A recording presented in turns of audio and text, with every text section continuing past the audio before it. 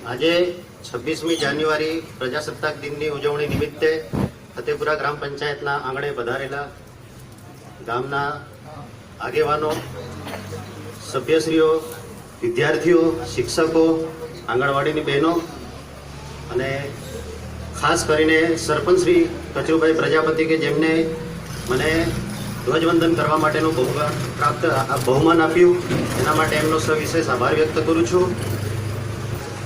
આજે આપણે 68મો 26મી જાન્યુઆરીનો પ્રજાસત્તાક દિવસ ઉજવીએ છીએ.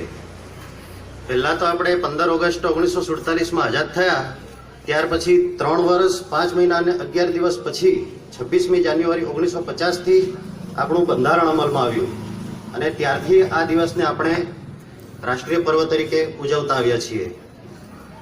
અને વિદ્યાર્થીઓને અને ઉપસ્થિત તમામને આગામી દિવસોમાં સફાઈ બાબતે ખાસ સભાન રહેવા અને પાણીનો ખૂબ જ વિચારીને ઉપયોગ કરવાની સલાહ પણ આપું છું.